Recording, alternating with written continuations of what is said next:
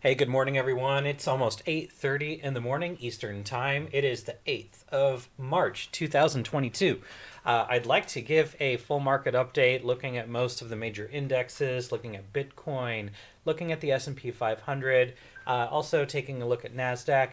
And I'd also like to take a real close look at crude oil, which is something that I don't usually do. I want to pay real close attention to those before I get into any of that. Of course, this is not financial advice. I'm not your financial advisor. You're responsible for your own trades, managing your own risk, doing your own research, and I'm just giving my opinion on the market. So let's go ahead and get started.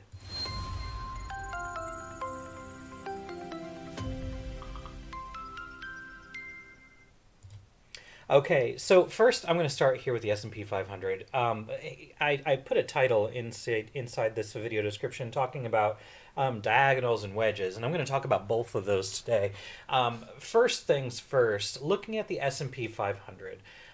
Because there is something that is pretty obvious that is, being created here, and I want to take a look at it. I want to take a look at the S&P 500 from both a wedge and a channel perspective here.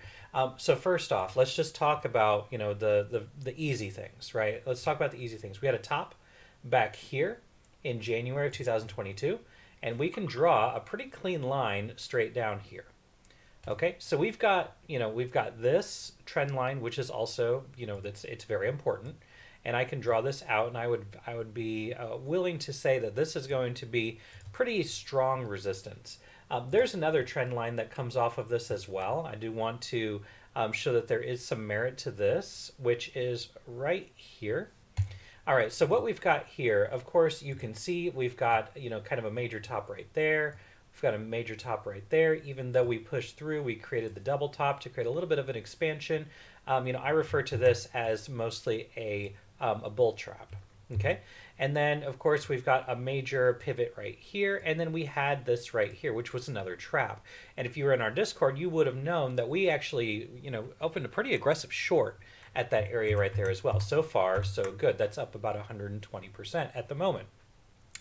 But then let's also take a look to the downside, because we have to look down below and kind of get a good reading on, oops, sorry about that. We'll kind of get a good look about where we're going to be creating a bit of a bottom. And this is also very important to understand where we could be getting a good bounce zone or to be covering short positions. So what do we have right here? All right, so we have some contraction, right? Which means that we're creating, we're creating lower highs, we're creating lower lows, but the lower lows are not moving, as aggressively to the downside as they once were. You can see we have a really strong move to the downside here. We have a strong move to the downside, but it wasn't as deep. And then I believe we're going to see a little bit of a bounce, and then we're going to see another strong move to the downside. But again, I think these bounces, or really these capitulations, are going to get less and less severe. So let's look at this from a diagonal standpoint. Is there any merit to this? Well, let's just talk in terms of ABCs. And we won't get into the weeds on whether it's an ABC or WXY. What I want to focus on is the fact that these look like they're three-wave moves. So right here from the top, I can count an A, a B, and then a C. One thing I can't really do is count a 1, 2, and then I could maybe do a 3, 4, but that doesn't make a whole lot of sense in the time relationship to get a 5. So I'm calling this an ABC. And then from down here, I've got a nice A, B, and then A, B, C to finish that move right there. From up here, I've got a nice A, B, a nice little A, B, C there, and then a C to move down here. From down here, I've got a nice little A, and then I've got a B, and then I've got a C. What I think we're at right now is an A. We're going to get a B, more than likely. I think we're going to go as high as 4,300, and then we're going to go down to wave C, which is going to come down. My target right now on the S&P is somewhere between 40, 50, and 4,000. I think we're going to end somewhere in that range. And I think it's going to happen by the 18th of March. That's my hypothesis. So that's kind of what I'm sticking with at the moment. And this could be counted two different ways. One way is extremely bullish, and one way is devastatingly bearish. And I want to talk about both of those. And, we can kind of come to a determination on, what's the most valid. All right. So let's talk about, what is on everybody's mind. Okay. So if we're doing this, we have a potential for a W, X, Y, X, and then we go down for the Z. All right. That would be pretty bullish. Okay, and I'm going to zoom out here in just a moment. We're going to take a look at this from a higher time frame, and you can make a determination whether you think we're at the top or whether we have further to go. So the other alternative is that this is, instead of a falling wedge, a 1, 2, and I'm going to change the degree here in a moment, 3, 4, and 5. And let's just put this on that same degree, so that we can see it in relation to the wedge. Now, both of these carry ramifications either way, and we're going to talk about those, right? So this is either a WXYXZ or a 1, 2, 3, 4, 5. These are two scenarios which have extremely different outcomes, and I want to talk about those. All right, so let's just look at the chart. We're going to hide the indicators. Let's just look at the price action. I'm going to go to a 4-hour here, just kind of zoom in. All right, so what we've got there, let me just do this. All right, so looking at this, we've got what looks like a falling wedge, and actually I'm going to go to a daily here. Okay, let's look at the daily, zoom out. All right, going all the way back to March of 2020. All right, down here, this is a nice pivot to the downside. All right, let's take a look at the corrections that we have seen so far in the S&P since the capitulation low in March of 2020. Okay, well, it's pretty obvious that the first one that we can see that's pretty clear is this guy right here. Okay, whether this is an A, B, C, or if this is just an A, B, C, and then we start the 1, 2. Well, if this is a 1, 2, chances are pretty good that we have a completion up here. But one way or another, nice correction here, little correction here, right? So I'm counting this as a 1, 2, 3, 4, 5, right? And then 2, and then a 1, 2, 3 up here, 4. We go up for the 5, and then we go down. So let me just count this really quick here, just so that we can get a nice, clear count on this. 1, 2, 3, 4, 5, 1, 2, and then 1, 2, 3, 4, 3. Go down for the 4, right? Oops. Let me do that again. 1, 2, 3, 4. We go up for the 5. All right, I'm going to put this on a higher degree, going to give it a different color so that we can see the difference here. This is our bull case scenario. Okay, this is what everybody is hoping for, right? And I realize that these are a little off here, so let me see if I can get this a little clearer so that we can see this, because we want to take a look at both scenarios. And again, one being pretty bullish, one being pretty bearish, right? We'd be wanting and hoping for a WXYXZ here to put in wave 4 to go up for wave 5. But with everything, Elliott wave is very subjective, and it's not anything that can really predict the future. It's just to kind of give you guidelines on where things could be going, and just to kind of give you a gauge on where things potentially would be looking for a pivot. And again, if this is a falling wedge, I'd still be looking for WXYXZ. It'd still be very valid. What that tells me, and should tell you, is we're going to be seeing a move to the upside at some point in the future. And it's probably going to be pretty aggressive. And the reason why it's going to be aggressive is because, our upside target for that, assuming we get this move down, the upside target's going to happen pretty quick. And more than likely, it's going to go to 4,600, okay? And I'm going to talk about why I say that here in just a minute, right? We're going to talk about that here in just a second. But one way or another, whether this is a falling wedge or this is a leading diagonal, which means things are going to be starting to pivot to the downside, if this is a 1, 2, 3, 4, 5, we should still expect wave 1, then wave 2 to arrive, right? So we should still be targeting that. So looking at this, it looks like we have a bullish correction underway, right? We needed this. It's the biggest correction that we have had since this right here, right? I think it's even bigger. Let's just look at it from a price perspective here. Price range from the top to the bottom, it dropped about 10.5%. Well, how far have we gone down from the high? I would imagine it's a lot more than 10.5%. So far, we've had a 14 to 15% correction. If we go down to 4,000, which I think we will, 16.5% correction on the S&P 500. I think that's very valid. I think this is a good and healthy correction. I think it's something that we needed. And what we had was we had a lot of people that were just, buying calls, making money on calls over and over and over. Then all of a sudden, boom, we had just this massive correction, and it's just basically, melting faces off of anybody that's inside of calls. Short positions have been paying pretty well. But anyway, if this is a leading diagonal, all right, I want to talk about why I have this target here at about 4,600, all right? If this is a leading diagonal, let me just kind of zoom in here. Let's just look at this very, very closely. From the top to my projected bottom, which I think on the 18th, right? So we're looking at March 18th here at about 4,037, all right? That's going to be potentially the bottom. This is OPEX. Options expiration. So let's just focus on the 18th and say that we fall down to the bottom of the wedge on the 18th of March at about 4,030. Okay, so let's just say perfect world, right? We've got our dominant pivot high right here. Let's go all the way down to our dominant pivot low right here. Okay, so we've got a couple pivots to the upside. Our first one here is going to be about 4,400. Next one's going to be about 4,500. Let's go up to the 786. Let me add the 786 to this. So there's 4639, right? So somewhere in this area, I do expect there to be significant resistance. And even if, right, so even if this is a WXYXZ, when we get this move to the upside, and again, this is getting close to April, which I'm going to talk about Bitcoin here in just a second. I don't want this video to be all about the S&P 500. I do want to talk about Bitcoin here in just a moment. I'd be looking for resistance at 4,500, and I'd be looking for resistance at 4,639 if it happens to get through there. If you're taking a look at the price action, okay, taking a look at the price action, what do we have right here? A very, very important pivot to the downside, okay?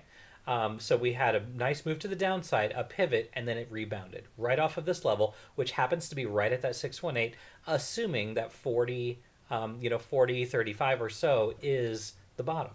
Okay, this is a nice area of confluence for a short area, for a short entry, right? And if this is a leading diagonal, we've got the 1, and then we get the retrace to the 2.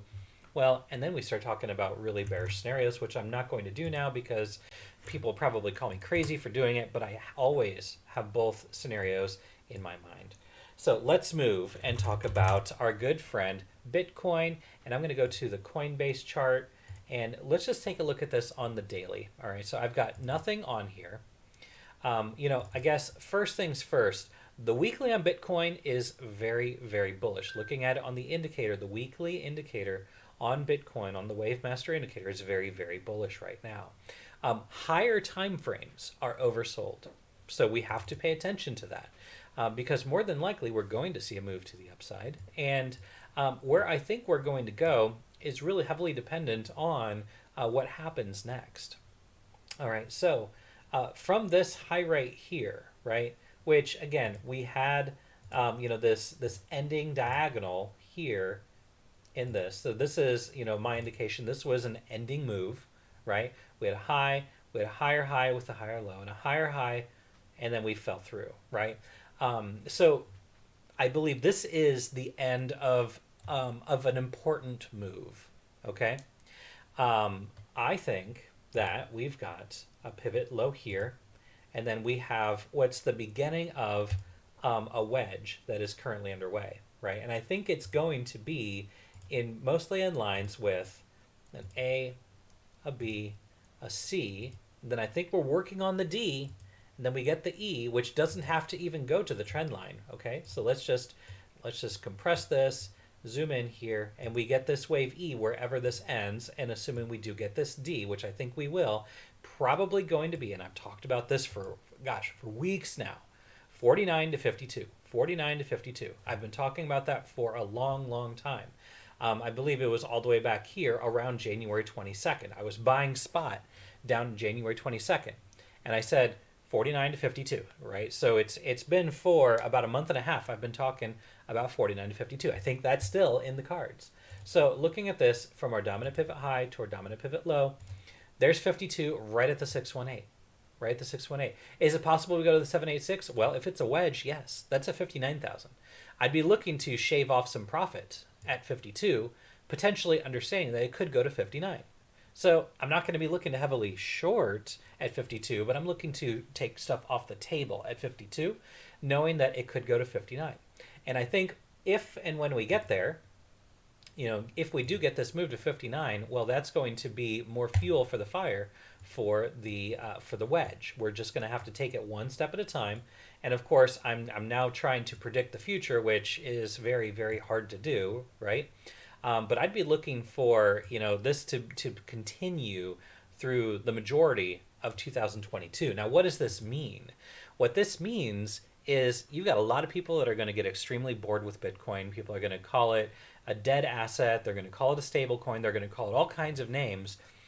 And when you hear people talking about that, that should be your indication that you need to be maybe adding some risk to Bitcoin for that specific reason, because the majority is usually wrong. Okay? Right now, everybody says, yep, that was the bottom and we're going to 100K. That's what everybody thinks. And that is not the case. You also have the other camp that's like, yep, we are going to go back to 20K and it's going to happen next month. Well, that is more than likely not going to happen either. So for me, we need to remove the bears and the bulls from the trading world in Bitcoin right now. And we also need to get those people liquidated. We need to get all those people out of the space in order for Bitcoin to thrive again, right? We've had a significant move on Bitcoin, and here's the deal. And I've talked about this, right? I've talked about this right here. So looking at this from the bottom here, it's easy to count a 1, 2, 3, 4, 5 into a 1, an A, B, C here into the 2. We get the 3 here and work on the wedge for the 4, and then we go up for the 5. Okay? And what's our target for a wave 5? Let's just talk about that here for a moment. The target for the wave 5. All right, so first off, let's get our trend-based fib extension tool, dominant pivot low, dominant pivot high. We get our pullback. Okay, so let's just add this here. All right, so I'm going to add, let me just go ahead and remove the 100 and the 123.6. Let's get the 1618 and the 2618 on here. So obviously we passed through the 1618. We had a little bit of a rejection there, but we pushed through it, overthrow, and we're currently just flirting around that 1618. It's almost perfect. The equilibrium of this is pretty much at that 1618. Not exactly, but it's pretty darn close. Well, our movement, our 2618 to the upside, is at about $191,000. So that technically is the target. Now, as I was mentioning before, I don't think this is going to happen this year. Although it is possible that it does, I don't think it's going to happen this year. I think with inflation and with ongoing crisis in the world, Bitcoin is at a pivotal moment in its tiny little life. It's only 12 years old. Bitcoin is not a very mature asset right now. It is very immature, which means it's going to have these wild swings, which is going to surprise a lot of people. There's a lot of companies, a lot of countries that are putting more and more money into Bitcoin. Guys, all that's really doing is removing the liquidity from the exchanges, which is going to make it easier to manipulate. And you've got a lot of people that have been holding Bitcoin for a really, really long time that have the ability to, cause the Bitcoin price to crash, but they have incentive to not sell because, they're up thousands and thousands and hundred thousands of % if they've been holding, since 2010, 2011, right? So again, that target is sitting up there for a wave 5. Are we going to get there? The jury's out. Nobody really knows for sure. It is possible that we are done. It is possible we are done and we just go down from here. But I tend to believe that there are too many bulls and bears in the trading world right now. You've got a lot of people that are short. You've got a lot of people that are long. And, the people that are long are waiting for 100 to 200,000. The people that are short are waiting for 20,000. So that leads me to believe we're just going to compress here for a while. It's going to get very boring. And in my opinion, that's going to be where we should be, looking for this wedge to play out. And then I think we get that significant move to the upside. If we happen to find that we break the 618 and we break the 786, well, then I think we're going to go up from there. I think we're going to move up, get a little bit of a pullback for a retest, and then we're gonna launch, right? If it happens that fast, I think we're gonna launch. I think it's gonna be a lot faster than people think. But for right now, I think that this is the more likely scenario, and so that's kind of what I'm sticking with. Okay, guys, I've been talking up here for about 20 minutes, so I'm going to go ahead and end the video. If this video did help you in any way, shape, or form, you know the deal. Like, subscribe, share, all that good stuff. If you need access to our Discord, where we give all kinds of trading ideas, we've been short on the market. We've been making a decent amount of money. You can find all the information on BitDoctor.org. If you need access to our indicator, again, same thing. Access to BitDoctor.org. Our indicator now has 4 modes on it, which is an expansion from what we previously had. We have a scalping mode, a day trading mode, a swing mode, and a high time frame mode for whatever your investing style might be. And last but not least, wherever you are in the world, I hope you're having a good day, a good night, and a good evening. Take care, everyone.